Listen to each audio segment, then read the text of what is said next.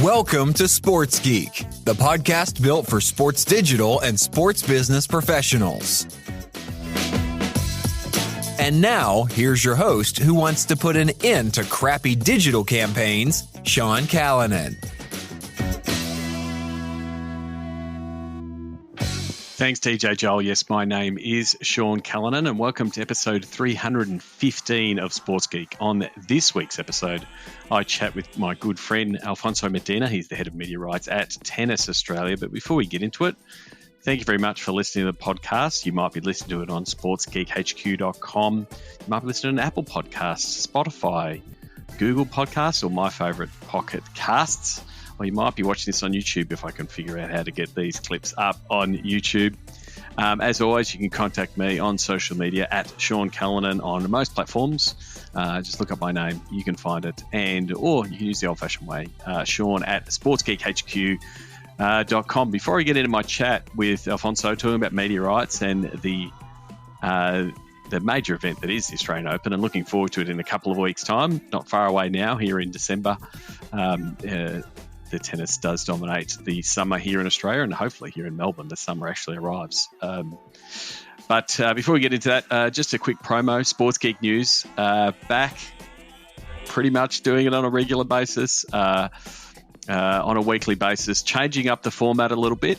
Previously, I would just sort of share a bunch of links that I've shared on social, but some of the tools that I've been using over the years have been taken over by other companies. So Nuzzle used to be one of my favorites, which would help curate and source different links from different people that I followed on Twitter. Twitter went and bought that. They've integrated it. It's part of Twitter Blue.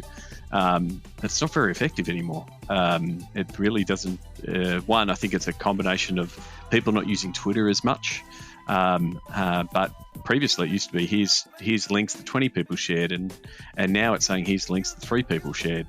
So I think it's partly the usage around Twitter, but also I think they've dialed the tool down a little bit. So rather than just sharing the links that I find and then share on the internet, I'm doing that, but I'm doing it with a bit of commentary. So I'll be sharing different articles that I have read, or a book I've read, or a podcast that I read, and also giving a bit of my take. So I'd love your feedback on it. If you've been reading the last couple since we've rebooted it along with the podcast, you can subscribe to the newsletter. And the other thing is, if you've moved on, and it was one of the unfortunate realities, I think, of when I rebooted the Sports Geek News, is getting a lot of I no longer work here with the changes around COVID and the changes in staffing. So if you're at a new job and you used to get Sports Geek News, go to sportsgeekhq.com. Just at the top, it'll ask you to sign up.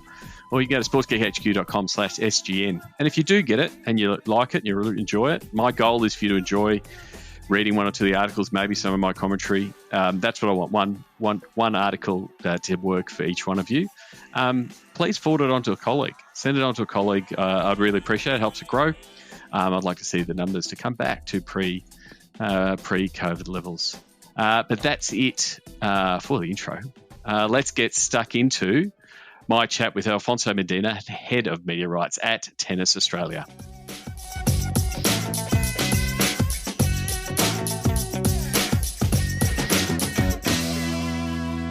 Very happy to welcome a good mate of mine, Alfonso Medina. He is the head of media rights at Tennis Australia. They obviously host the Australian Open. Alfonso, welcome to the podcast. Good to be here, Sean. Thank you for the opportunity, and looking forward to chatting over the next little while. No problems. As I start with most people, I'd like to know, how did you get your start in the world of sports and I guess TV? Yeah, well, I'm originally from Spain. I was born in the Canary Islands in Tenerife, a very small island far away from Australia, from Melbourne. Yep. And as I grew up, I was lucky to be involved in sport through my family. And as I finished my education, I felt that I wanted to develop my career in the sport industry. And after lots of rejections, because I didn't have any relevant experience back then, I had a breakthrough in mid 2002, so about 20 years ago now. Yep. In a very small sport industry website called sportcal.com. Yep. Which is still running today. And through there, very, very lucky to be able to move in different roles across the industry, from the International Tennis Federation to ESPN, which was a huge step up for me, and amazing to be part of such a big and global business. So on that, so you're in that Tennis Federation in TV production and started to get a sight on, I guess, the TV side of sport. And then, your next role was that ESPN sales manager. And then you also did, in that sales, sports, media rights at Ed Shine. What were some of the sports and properties and shows you were both pitching and selling in those roles? Yeah, no, well, it was fascinating. I mean, I guess between meeting different people and just personal interest, sort of went down the path of media side of the industry. Yep. I could have gone through the sponsorship or ticketing or event side, but somehow I sort of landed into the media space. And first at the ITF was obviously properties like the Davis Cup and the Fed Cup, as it was called back then. Yep. Distributing those live events around the world. More than 100 ties, I think I coordinated. So that was a lot of fun.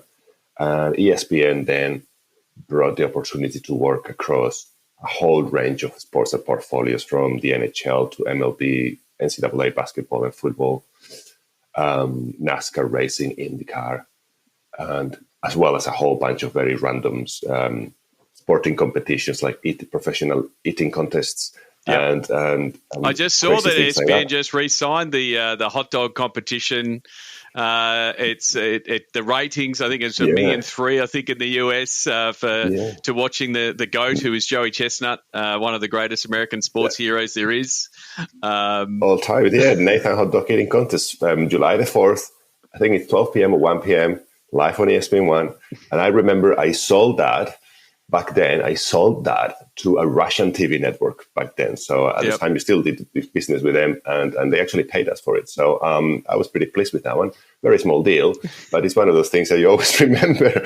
But thankfully, we had a lot of fun there, and we're distributing over 25 different sports and like thousands of programming across all of Europe, Middle East, and Africa, as well as being part of such a big global company as the Walt Disney. From then moving to Endemol, largest independent production company in the world at the time, and we had a small sport division that they launched. Yep.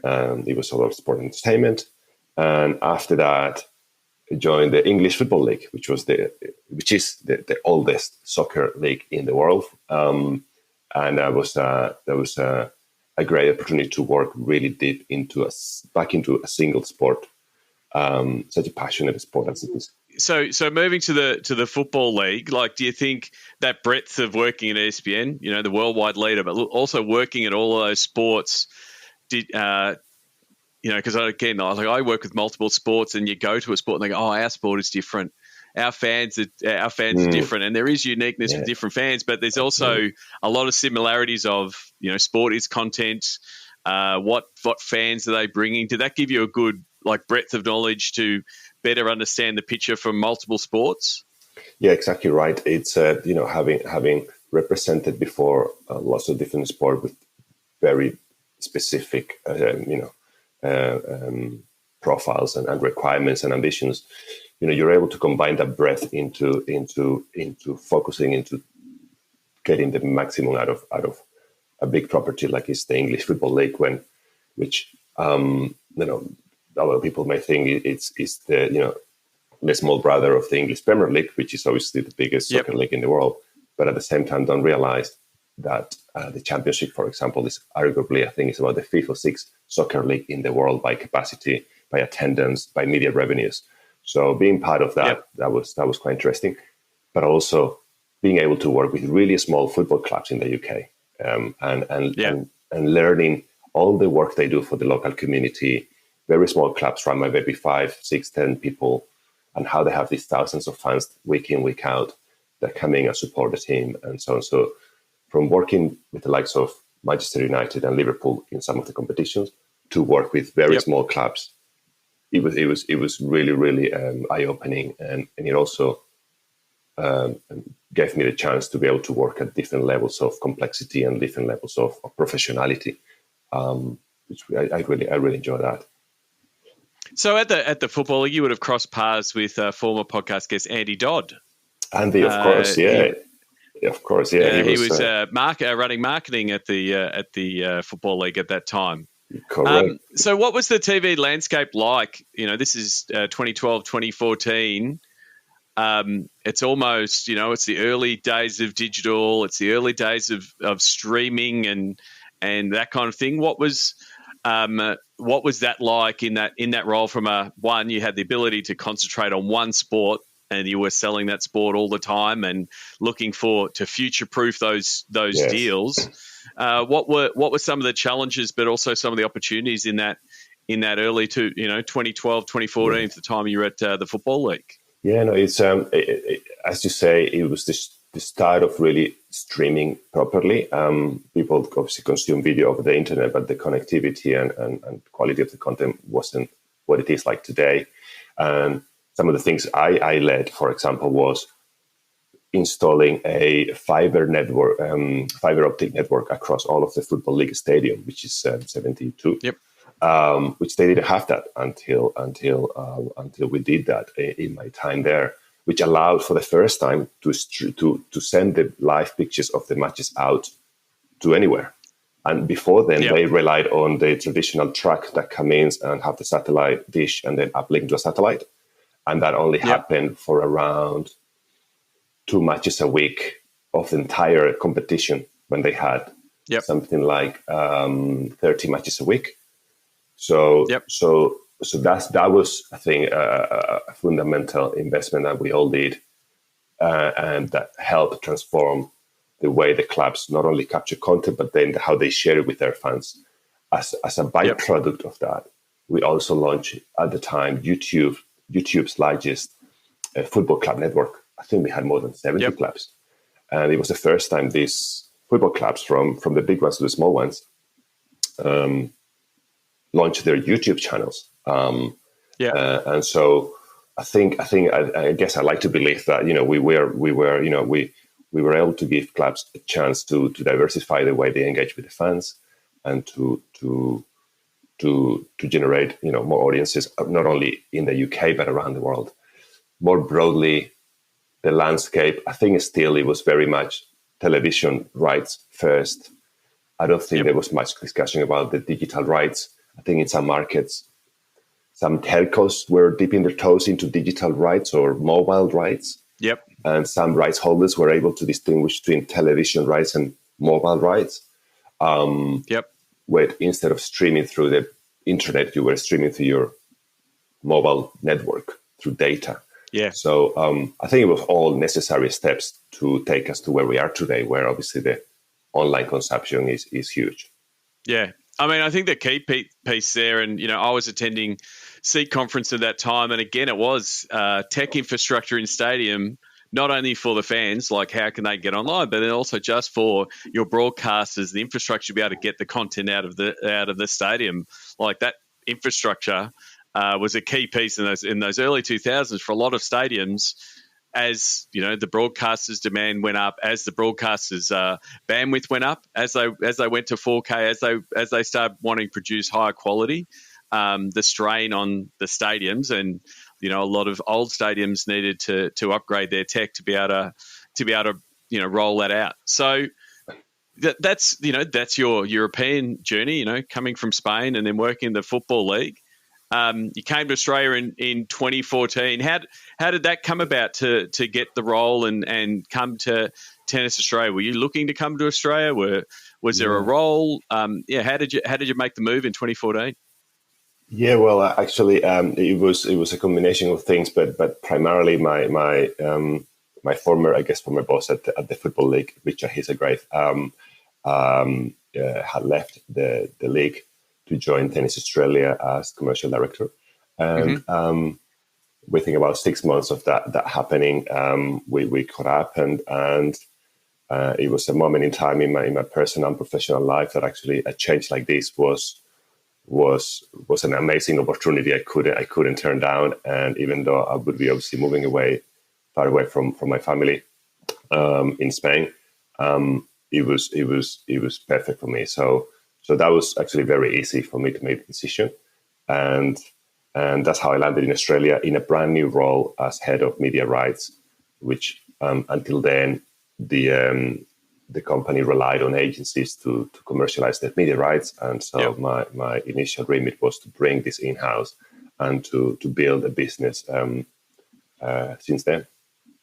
So what? So you've come to Australia and moved down to Melbourne, where the Australian Open is based. What was your first thing, and I guess first impressions of looking at the Australian media landscape and potentially comparing it to places you've been in Europe and what you'd known from the ESPN? What was your sort of first task to sort of understand? Hey, what does the Australian media landscape look like? But then also that bigger role of how do you bring those media rights internally, and what is the offer for TA? Yeah, well, I had some experience working in the Australian market through my previous roles when I was based out of the UK, so I was somehow familiar with it. But it didn't take me long to really get a good understanding of the picture and the landscape of your very strong free-to-air commercial stations between 7, 9, and 10, as well as ABC and SBS, and really appreciate the scale of how sport is such a big part of television in Australia, in the market. Similarly, learning the size and the scale of the Foxtel Group, and in a way related to or relatable to some of the experience the Sky Network has done in the UK as well. So understanding that didn't take too long. Establishing relationships with all the networks was a job that I really focused on from day one, and understanding their priorities, their business objectives, how sport in general, not only specific sport, fits into their priorities as a business. That was a really, really good experience, and everyone was very welcoming. And from there on, then also learning and working with some of the digital players and some of the telcos, and really starting to bring my expertise from commercializing media rights around the world in previous roles, and that I think that set us up for success in the following years since I joined, and also other members of the team joined. And so again, your head of media rights is a larger role than, hey, what is our domestic deal? Like, it's not like, hey, congratulations, Alfonso, the deal's done, we'll come back to you in 4 years, right? You're working on deals because the Australian Open is a unique property in that, if I'm talking to people in a domestic sense, whether it's the AFL, the NRL, or even, the Football League, you're pretty much really focused on that domestic market. But the Australian Open is an international product. And then also, if you can explain, TA owns the media rights for most of it. So you're not locked up into a larger deal, or you might weave into other deals. Like, what's the international piece, and understanding that for some of the listeners to sort of say, hey, this is a really big part of the remit of, how do we get the Aussie Open in different markets, and having to do the work that you've just discussed on the domestic market with multiple markets to go, how does that part of Asia need tennis, or why are we tackling that particular country or region? Sort of what does that part of the role look like, and how much does that consume your other 11 months as an example? The way we look at this, we first of all, we're very lucky that we are a Grand Slam tennis tournament, and there's only 4 of us in world sport. There are thousands of soccer leagues, there are thousands of basketball leagues, and others. There are lots of tennis tournaments, and we obviously work very closely with our friends at the women's and the men's tours, of course, year round. But we're only 4 Grand Slams. And when it comes to, with over 100 years of history as well. So when you look at something like the Australian Open, before I joined, obviously a lot of great work had happened before between the agencies that work with us and TA's own work. But where we took advantage was the chance to have these direct discussions with our broadcasters around the world, our broadcast partners. And so Australia represents a part of our global reach, but our key markets globally include, by audience and by commercial volume, is Japan, China, all of Europe as a whole. Clearly, given there are so many tennis players from Europe, around 70% of tennis players are from Europe, and North America particularly as well. So we've got a global property, which means we have to be able to understand local business practices, local sport culture, whether it's dealing with our friends in Japan and their very traditional and polite and structured way of doing businesses, to, for example, having a more flexible approach, more fluid, more agile approach in somewhere like India, for example, where tennis has also been traditionally a very popular sport. When we do business in China, we're very mindful of some of the nuances of that country, and obviously in recent times has been challenging, I think, for many of us in that market. And Europe, you have a whole breadth of cultures from the east to the west, the north to the south, whatever you look at it. So I think we try to bring, whilst a global approach, a very strong local understanding of what's important for a market, what's important for, in our case, tennis and sports fans there. And therefore, how do we connect that with media networks that are really are looking for content that meets their business objectives? That's the overall piece.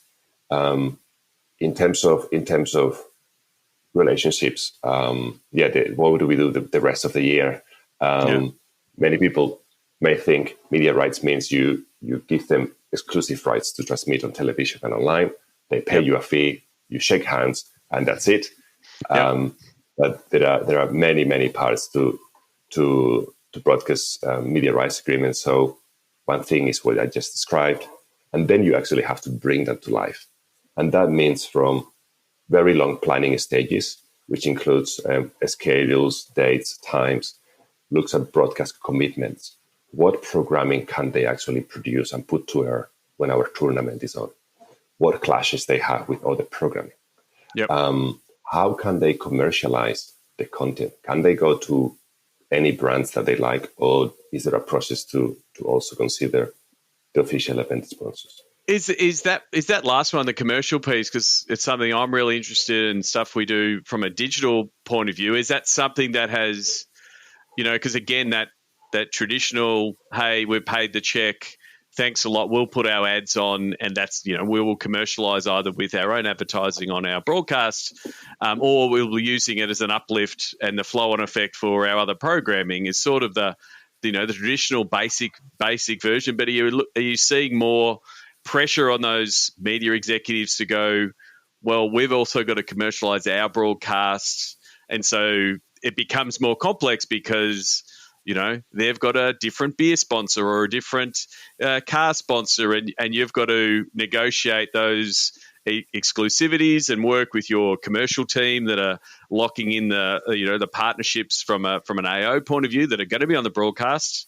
And has that made these deals more complex and that negotiation piece a little bit more? If they've really got to come with a sponsor, it's like, well, if you've got to lock out that category, if you're going to block this other sponsor, you've got to pay this amount. Is that where a lot of the negotiation is happening around the deals that you're doing, in different markets? That's definitely one of the parts that we spend a lot of time on, which also depends on whether you are partnering with a free-to-air commercial network, as it could be obviously here in Australia with the Nine Network in recent times and for the next few years, or in other markets. But also if we're partnering with a subscription business where advertising, whilst it's still not the main revenue driver, it's a material part of the business. So from our view at Tennis Australia, we have what I believe is a practical approach to it. There are certain requirements that broadcasters need to follow, certain steps, and we provide a level of high protection and support to our official sponsors who obviously have invested, tens of millions of dollars in their association with us. But similarly, we provide broadcasters with what we believe enough opportunities to commercialize some of the assets with our official partners or potentially third parties as well. And in more recent times as well, we've seen the development of sort of virtual signage, virtual advertising, which allows you to provide the end viewers different brands being targeted to a particular market. So that's the signage around the stadium that can be effectively swapped out depending on the market, and that technology means, what we see on Channel 9 in Melbourne, it may be different to what people are seeing in Japan, to what people are seeing in Madrid, to what people are seeing in New York. Is that again? That's just a new technology that allows different inventory for you, different flexibility for you and what you're offering internationally. Yeah. That's it. That's correct. Yeah, there is still obviously going to be a high number of global deals, so therefore the vast majority will be the same across the world. But the flexibility of these new technologies allow you to customize some of the partnerships to some markets that, for example, they may not have a global budget, but they have a significant local or regional budget, and we work together on that front. But different sports have different approaches to this. Some of them are really, really protective of all of the sponsors. Yep. So broadcasters have to really accept that. Others don't have as much pressure, and it's really, much more relaxed. So ultimately, that's depend on the type of content that you offer. You're standing into the pyramid of properties, and how do you fit in a particular market at a point in time.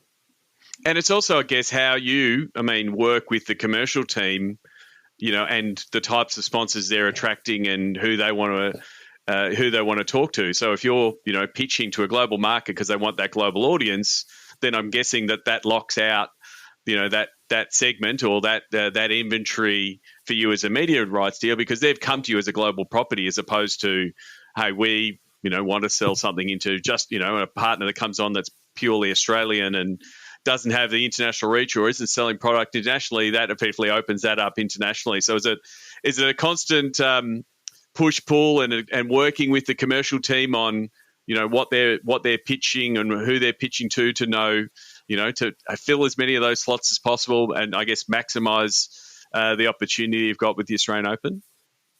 Definitely, we work closely. We are part of the wider commercial team and the partnerships and business development team. Constantly, we work together with them to identify opportunities, go through challenges, and offer enough opportunities for partners to associate with us at different levels.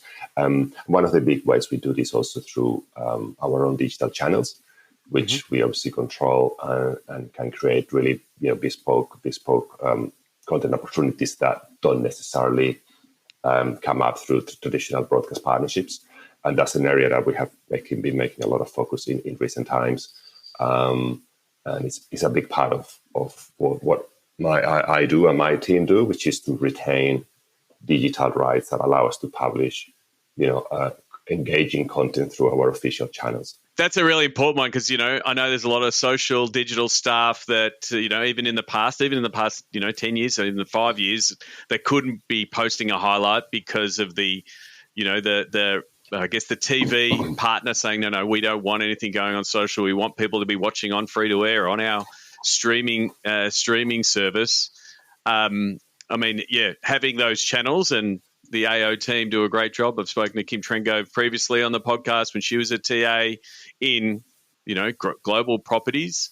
Are you also having conversations with some of those social networks as the sort of the balance has shifted? Like early on, everyone was like, oh, these are nice and shiny, and we're putting up our content. And were you getting some of those calls to say, hey, Alfonso, hey, I'm paying for this content. You're giving it to these social networks for free. How does the balance? Is that balance starting to turn a little bit, and the social media networks is now coming to you as a partner and figuring out what that partnership looks like? Yeah, I think it's fair to say we have been and we are in a journey through all digital platforms. When I first arrived into the business back in 2014, our digital rights were very, very basic, and I think even then our broadcast partners sort of felt that social platforms and our own digital platforms were either competitors or threats to the investments that they made into the rights, and I think as both businesses become obviously more mature, more sophisticated, but also trust each other more, and as digital platforms become also more professional in the way they look after particularly content partners such as ourselves, or the big properties around the world, whether it's your NBAs, your Champions League, etc. We really have found ways of, whilst we have increased the amount of content, the frequency of the content, the duration of the content that we can publish, we also use this as a very important channels to promote our own broadcasters' coverage of the event. Yep. So it's not only saying, hey, can we publish 3-minute highlights as soon as the match finishes? And then we just sort of run away with that.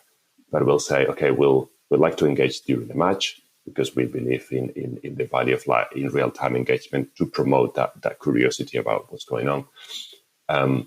We engage after the match. We provide a lot of content. We publish a lot of content that has no match footage. It's behind the scenes, it's practice session. And so what we've done is then provide support to our broadcast partners to also promote their own coverage, their own programming, because at the end of the day, it's in both of our interest to generate as much interest and audience, whether it's on a live linear television basis, on a live online streaming basis, or an on-demand basis on TV and online. So it's been a journey. It is a journey. Some markets are more complex than others, but around the world, I think at this point, we've got a very comprehensive set of digital rights that also supports our partners' own efforts. The likes of ESPN, the number one home for digital in the US, right? We have significantly engaging rights in the US, as they do, and we work very well with them. Eurosport across all of Europe, Nine Network in Australia. They have some of the number one sport destinations in Australia, and similarly, our channels in Australia during the tournament have really high engagement, and we work very well with them in terms of content strategy, output, and ultimately fan engagement. Yep. I mean, I think the thing is, and it has been an ongoing debate. I always love Adam Silver's quote of talking about social and digital as like the entree. Like if you're getting someone interested, whether it's there's a cracking Nadal match on, you've got to tune in. You found it. Like, yes, you will consume some of it on your phone, but it's like you're eventually going to get dragged in, whether it be to that match or to the tournament or the narrative of that tournament. Kyrgios is playing. Oh, hang on, we've got to tune in, and that drives to your TV partner, your media partner, wherever they are. And so it's good that I think everyone, and I guess the media partners are using the channels as well as a tune-in mechanism. Just for timestamp, we're recording this late November. We don't know if Twitter will still be around when this episode goes out with what Elon's doing. But, we hope that live conversation does drive people back to, the media partner. And here, I think a concept that, and with your different guests and your own work, Sean, in that you do in the industry, right? I think what we are all trying to figure out, or permanently learning and relearning, is the story about our audiences, right? 10 years ago, it was your big television number. We had, 10 million watching, whatever the number would be, on television, a particular match. And digital was there, but it was so small that it was not worth a mention. And that's shifting, right? And I think a lot of the stakeholders in the industry are still thinking about the big television number as the only thing that matters. And whilst that it's a huge chunk of it, I think we are all reconsidering and reframing what's the value of somebody, a 25-year-old, watching a 3-minute clip on a digital platform? If they really engage while they're watching that, and then maybe they watch 2 or 3 other videos because of the whole algorithm promotes more videos, right? What is the tipping point where 10,000 of those viewers are more or less valuable than 100,000 that watch for an hour on television, right? So it's not an easy, obviously, black or white. It's good that you say that, because it's like you're really getting into like audience metrics and like we haven't yet got to a point where what that new audience now looks like. We recently had the Melbourne Cup Carnival here in Australia, and the traditional. And I was listening to Craig Hutchison's sounding board, and he was talking about, the traditional media is just talking about the TV ratings, and that's because that's the number that we've always had. And definitely has trust and is historical, but there are people watching in bars and clubs. There are people watching snippets on different streaming platforms, and it's really hard. And you're finding the same thing. It's really hard to sort of put them all together and say, here was our total audience, and then which is one thing, but then the other piece is everyone's chasing that younger demographic. And it's like, one, we want them because they're our new customer. We want them because our partners want to sell them credit cards, loans, cars, all of these things. And they're only on these platforms. But, getting that demographic to consume 3 minutes of content, is gold. But it's like, exactly right. It's the reporting of that and being able to present, hey, this is what this audience is, or and then it's also that piece of, what does that data piece, how do we feed the media into that data piece to go, one, they do have an email, or we've got their mobile number and we can talk to them.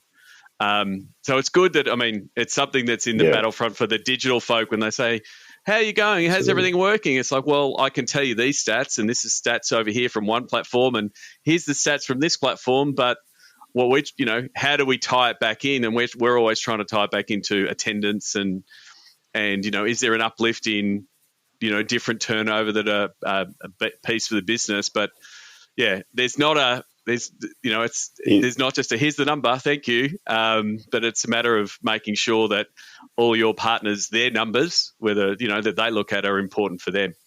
Exactly right. Ongoing evolution of metrics and audiences naturally, and ongoing re-education and reassessing of what's the narrative on a particular time, and what was relevant 3 years ago may be completely irrelevant out of date today. So, but ultimately hugely important, because you want to have a good sense of what your audience is, what the demographics, and how do you address the different types of audiences that you have. Your linear television, 50 plus, to your TikToks, who only watch your 10 second, or your YouTube shorts that only watch for 15 seconds. And it's a valuable audience, but exciting at the same time, because it does mean we are all having to be on our toes and permanently innovating and adapting our content.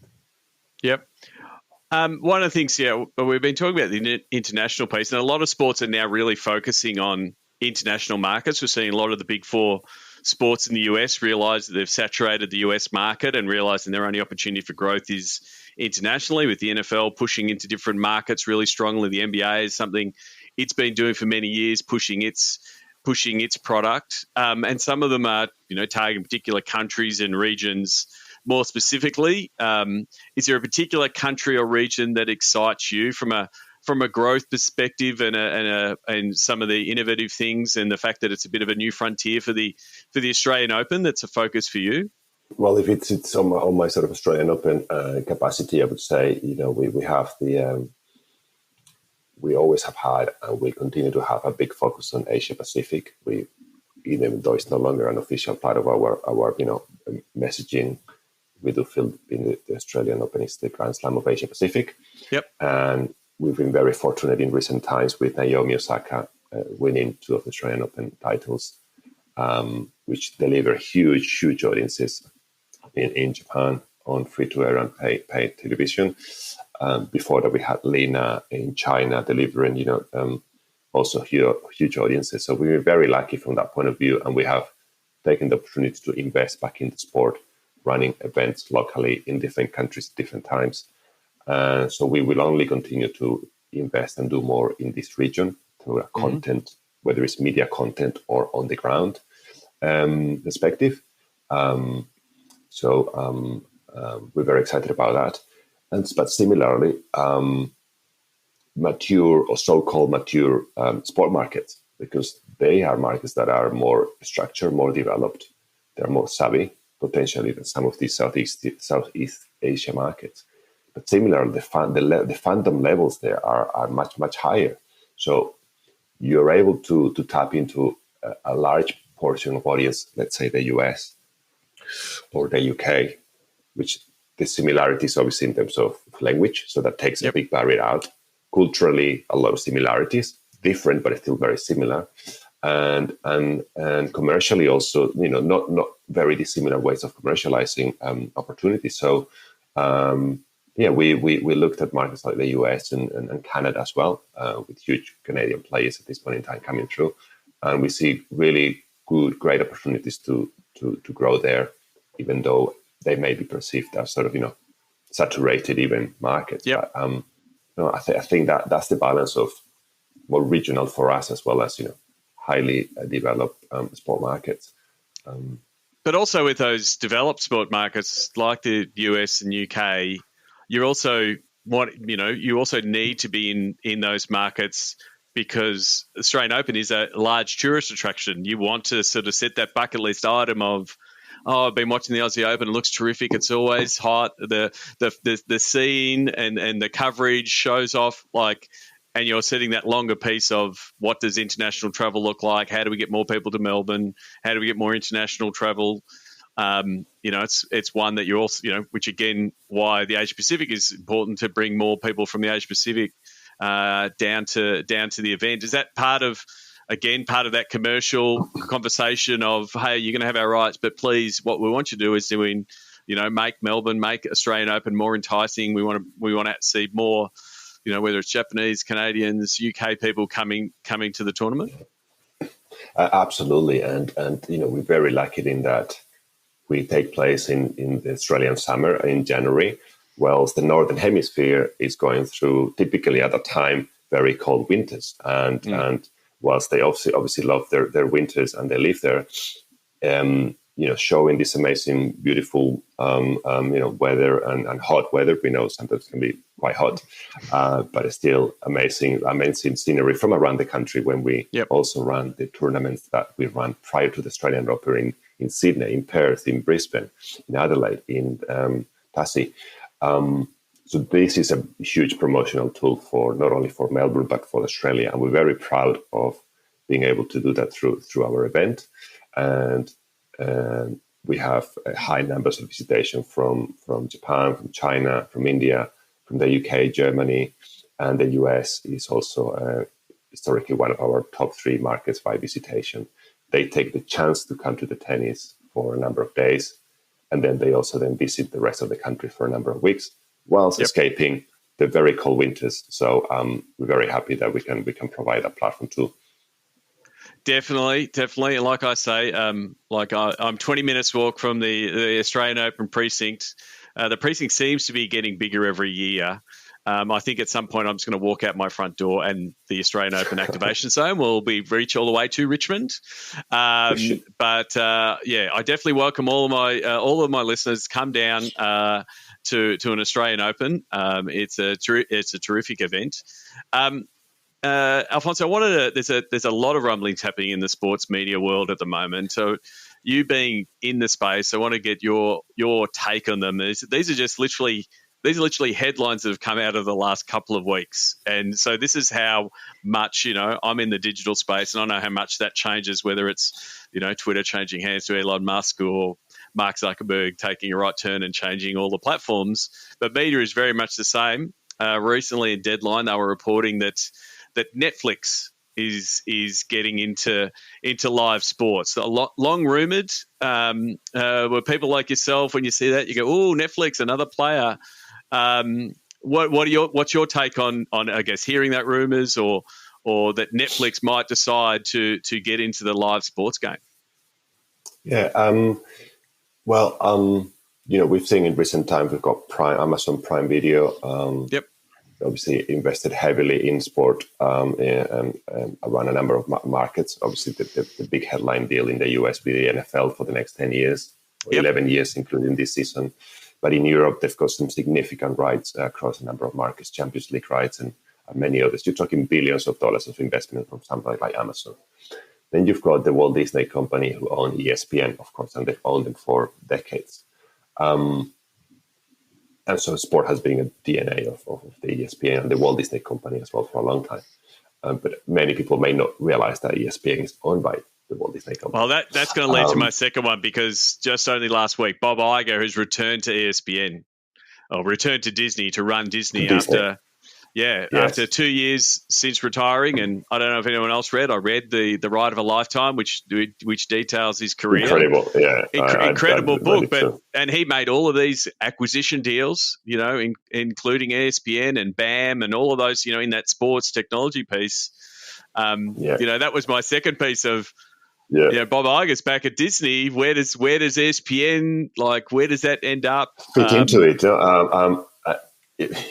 Let me get back to that one separately. But where I was going with this, you got Apple as well. Most lately, Apple invested with MLB and obviously Major League Soccer, a blockbuster 10-year deal, over $2 billion US. That's what's been reported. And so you got DAZN, obviously, who've been around for a number of years now. They're making huge investments, obviously at a high cost, and they're working through all that and how that looks like for them in the long run.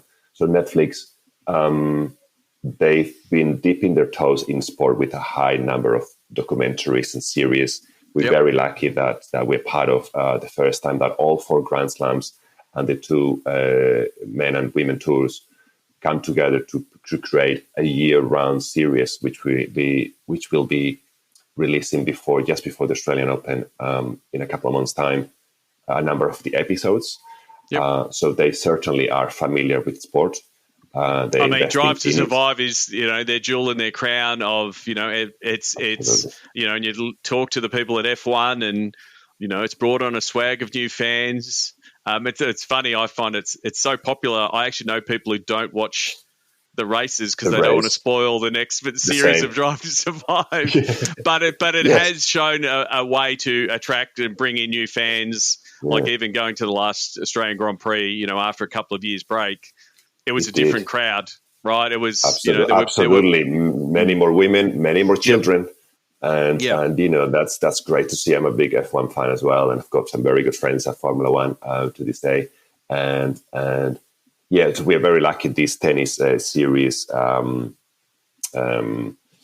It's produced by the same producers, Box to Box, who are an absolute excellent bunch, and I've known them for a number of years now, and we're very excited about what they're putting together. But so therefore, Netflix getting into live sport absolutely makes sense that they're exploring it. If it's true, they're exploring it. Will they make the call to jump into it? Who knows? They're now introducing advertising for the first time with this freemium model. Makes sense. You need to diversify your revenue streams. So it's a sport, a long-term play for them. High cost in acquiring rights, high production costs because obviously the standards are quite high. And therefore, what is the return that P&L has to deliver for you? Question mark. Amazon can monetize through many other means. Yeah. Your shops, your delivery, your Prime membership, so many other means, right? Can Netflix monetize the same way? It'll be interesting to see. Apple, again, devices, memberships.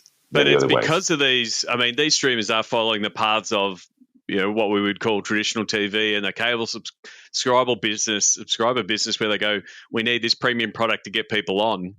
And so it's like the streamers, Prime, Apple, Netflix, ESPN Plus are not realizing it, but moving more into that space to go, well, we need this to bring people on. I think one thing to watch will be Chris Rock is going to do a live comedy show on Netflix.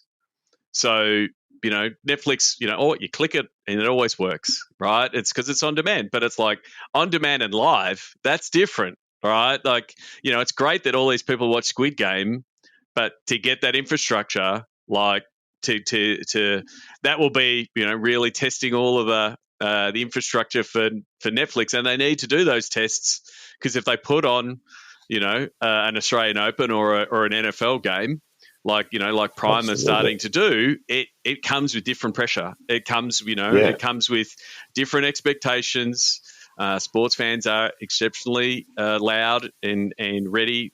They, when they want it, they want to be able to see it. They don't want it to be choppy and all of those kind of things. So I think more players make it exciting for a role, for your role, but also you've got to manage that piece of, what does a Netflix deal look like for us, and what are all my other partners that I have to do, because Netflix offers global straight away. And so it can be a real easy deal for people to do.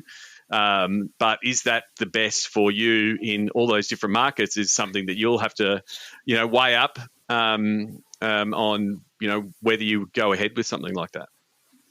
Exactly right. And it's that's the complexity of what we do. And one of the reasons why I love it so much, you can commit with partners for a number of years, 2, 3, 4, 5, potentially more. In the US, it's very common to do 10-year deals.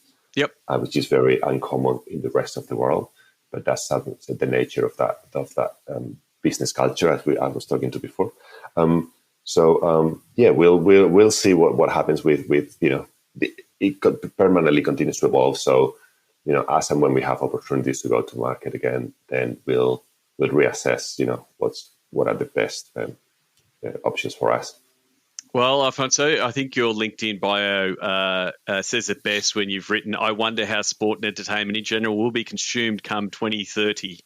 I think that's pretty much what the discussion has been today, but it is pretty much your role 24/7. I want to finish off with the Sports Geek closing 5. Do you remember the first sports event you ever attended?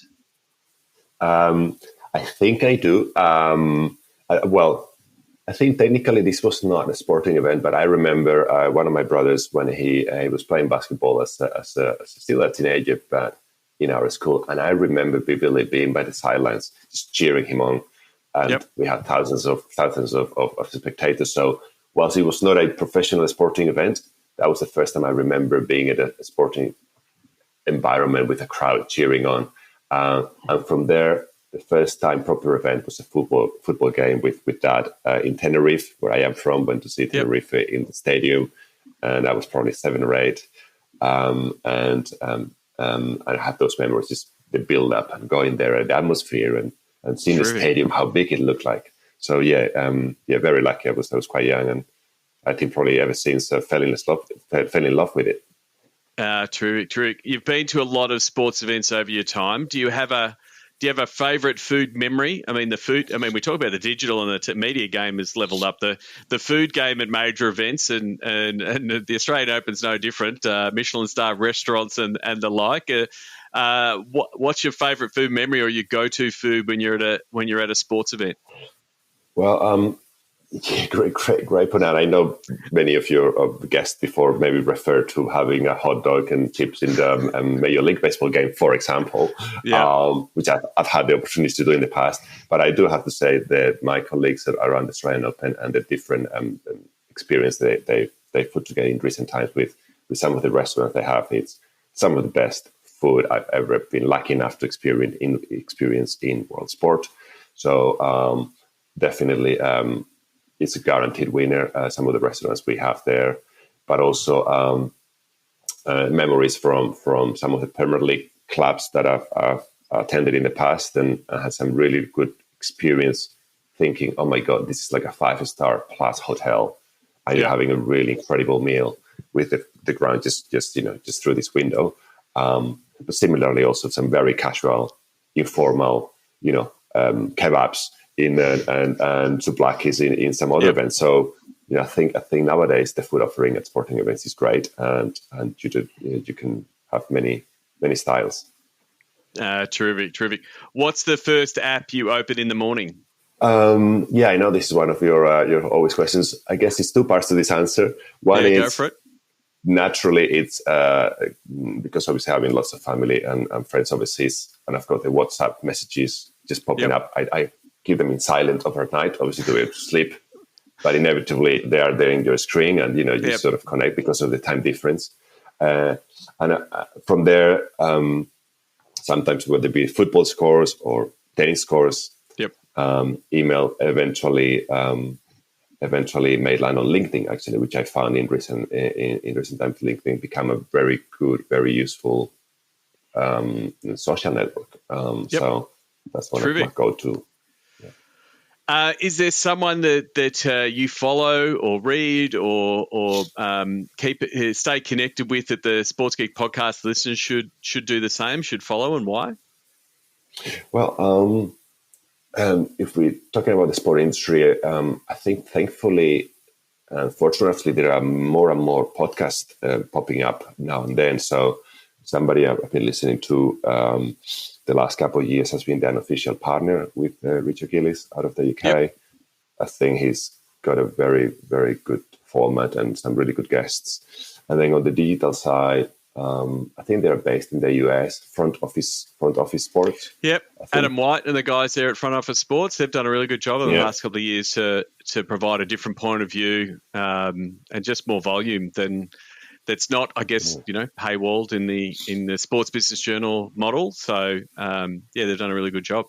Lastly, and you might have spoiled it, but that's fine. What social media platform is your MVP? What's your go-to at the moment? I think it's as you said, I might have spoiled it with LinkedIn, but really, having gone past the your Instagrams and whatever to consume for entertainment or news or whatever, I think LinkedIn. I know that Microsoft acquired them a couple of years ago, but I found it that not only provides you with relevant stories that in the news feed, that you actually find interest because a connection of yours has liked or commented in the story. Yep. But also the pure purpose of connecting with peers and colleagues and friends in the industry is very easy, and it prompts really good, and you can generate lots of business opportunities and business discussions and social and personal, of course, through LinkedIn. So I've become a bit of a fan recently, and I regularly check it to learn, to share, comment, to stay up to date. And it perfectly fits in your role of, hey, I've got to stay connected with the pulse of what's happening in my industry, but also, connecting with those colleagues and networking with different broadcast partners, different sports, because I'm assuming, one, you've been in multiple sports. You want to be seeing, what are they doing at the Football League? What are they doing at the Premier League? How are the NBA commercializing their rights? What are the other Grand Slams doing? And that's sort of part of your job. And LinkedIn does a pretty good job of, having people half sharing and bragging and promoting what they're doing, but then also, like the last bit of our discussion, what's happening at Netflix, what's happening at ESPN, what are Apple doing, how are Facebook changing the way they're interacting with sports. I think LinkedIn, from a curation point of view, you can get a really good sports business feed from there. So lastly, where's the best place for people to connect with you, Alfonso, and say, hey, I really enjoyed the podcast? Would it be reaching out to you and sending you a message on LinkedIn? I think that's probably a good spot to start with, and I tend to connect and respond well. It's a place that I use more for this connection. So the link is a good spot. Well, thank you very much for joining me. I look forward to catching up sometime soon. Unfortunately, I'm not much of a participant in our regular basketball runs these days. I know we miss you there. We miss you there, Sean. You have to do a comeback, cameo. Well, I'm playing regularly now, so I'm playing regularly on Thursdays, and I'm going to the gym on Tuesday. So it's not working with my schedule, but we do need fill in. So if you ever want to play a game on a Thursday night, we can put you on our long list of, I think we've now got 15 guys on our roster because life, calf injuries, work, all gets in the way. So we were running with, we only had 5 guys last night and we only lost by 2. Okay. So okay, noted. Yes, Thursday nights may work for me. Okay, well, I might add you to our email list of it's pretty much every Monday. Who's in this week? Okay. And then we get 7 no's and six or so yeses, and we're like, okay, we've got a team. Let's we'll play. do it. Sounds great. It's good fun. All right, Alfonso, thanks again, and I'll see you soon. Nice one. Great. Thanks so much, Sean. Why not book a Pick My Brain session with Sean Callanan? Go to sportsgeekhq.com/pickmybrain.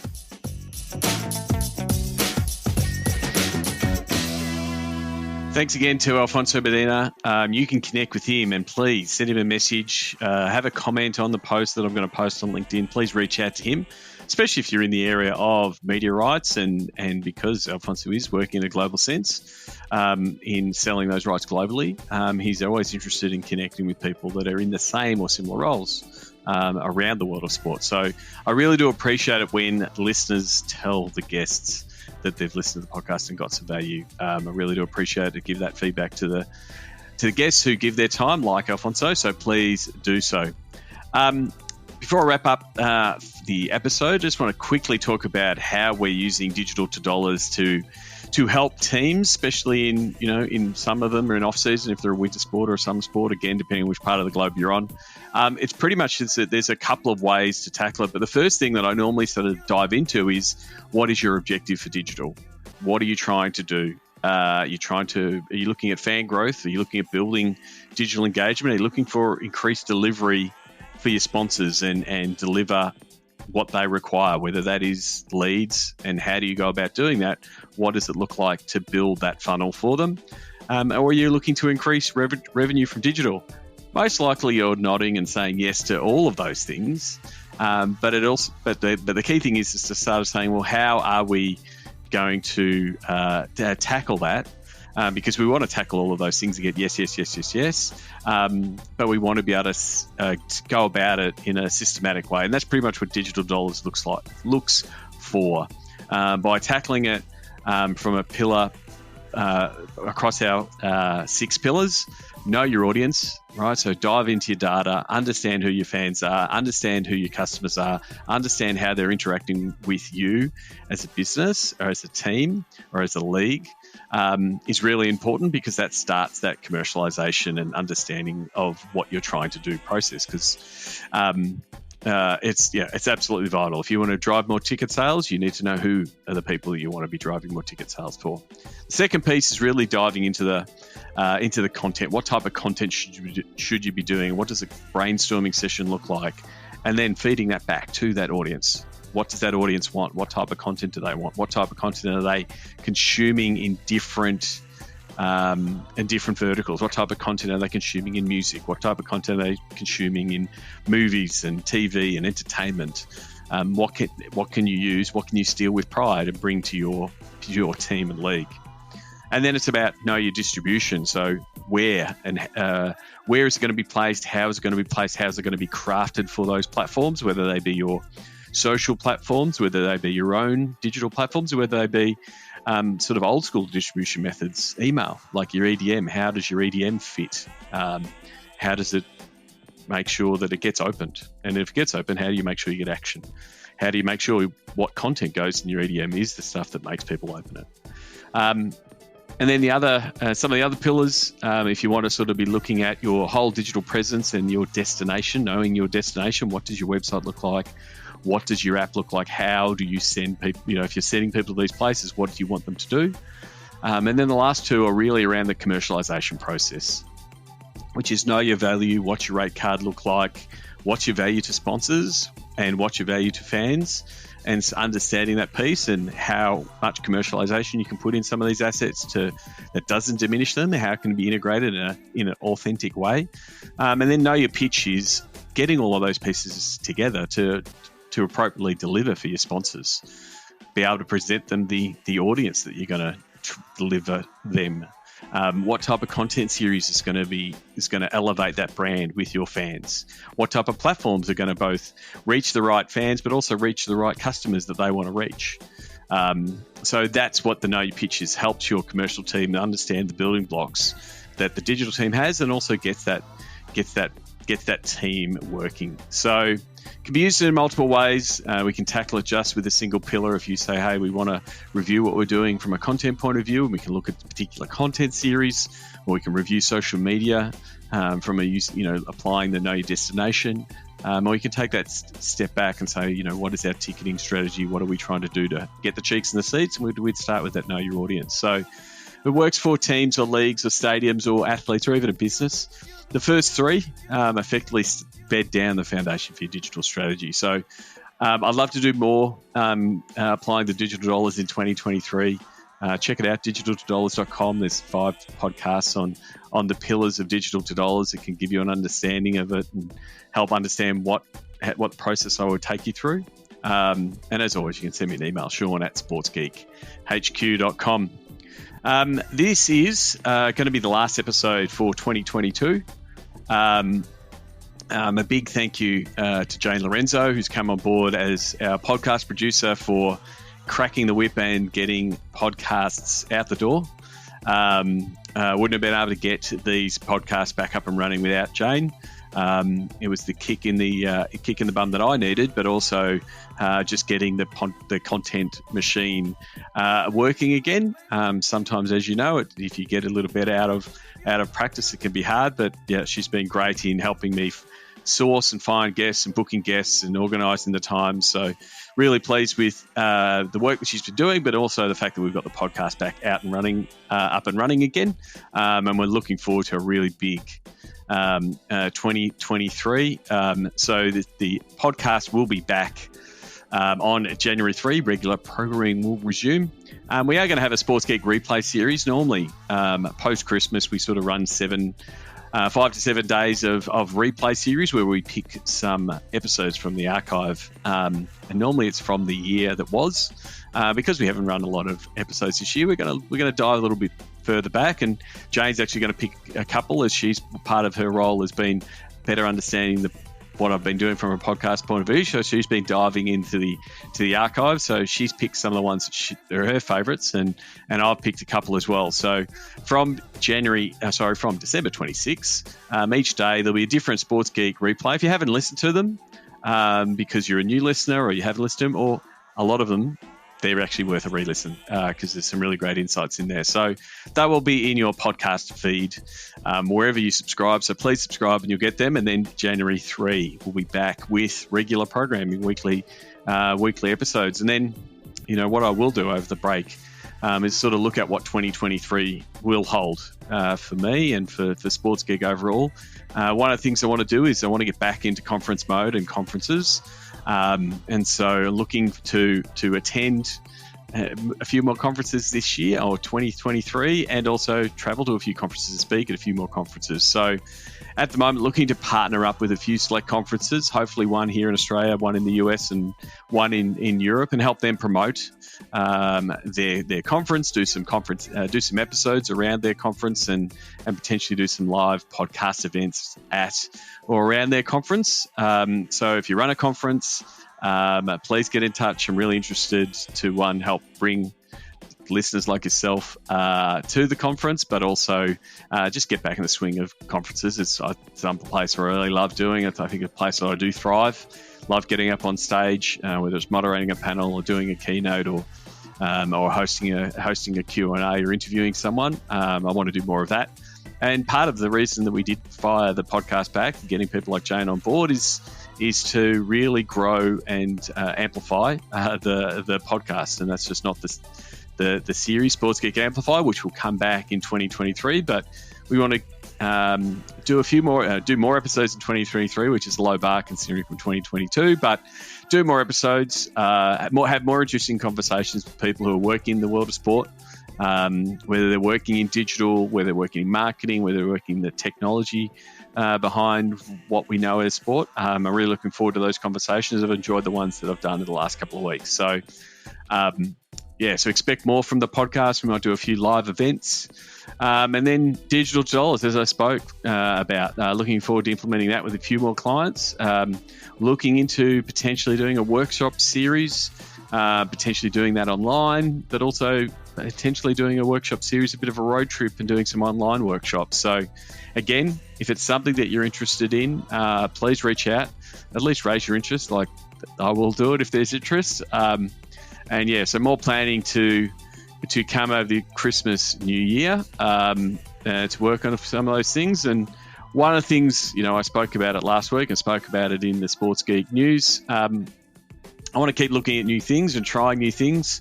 One of the things that I've done over the past 12, 15 years in business and running Sports Geek is trying new things, whether it's buying and running an esports team, or running for boards, or building products. I want to keep trying that, and I've got a few ideas around the OpenAI technology, the Chat GPT. Terrible name, hard to say, but really around the OpenAI technology and how I could apply effectively things like digital dollars. How can I help sports teams scale using some of that technology? So I'll be reaching out. I'll be sharpening my geek skills again, seeing if I actually might even program again. But more likely than not, I will get programmers that I need. But the cool thing about this technology is we might get to a world where we get to true no code, and the AI does a lot of the code. So yeah, I've got a few ideas rattling around, and I think it's something I will give a lot of thought over the next couple of weeks to sort of figure out what tools could be built that could help you in your role on an everyday basis. So that's some of the things that I'm sort of teasing for 2023. Really looking forward to it, and we'll be hitting the ground running with clients and work in 2023. I want to say a thanks to Jane and Dylan, who have done a terrific job in 2022 in the roles that they're performing for Sports Geek, and also a big shout out to Fawn, who's great support both from the Sports Geek business and personally. And so that's it for 2022. I really do appreciate everyone who has listened so far, and in the past started podcasting in 2014, so we're getting pretty close to 10 years. Year 9 will be next year. So that's it for 2022. Until next year, my name is Sean Callanan, and you've been listening to Sports Geek. Need a speaker or MC at your conference or event? Contact Sean, sportsgeekhq.com/keynote. Want to help drive more revenue from your digital efforts? Book a time for a call. Go to sportsgeekhq.com/phone call. For more resources, go to sportsgeekhq.com.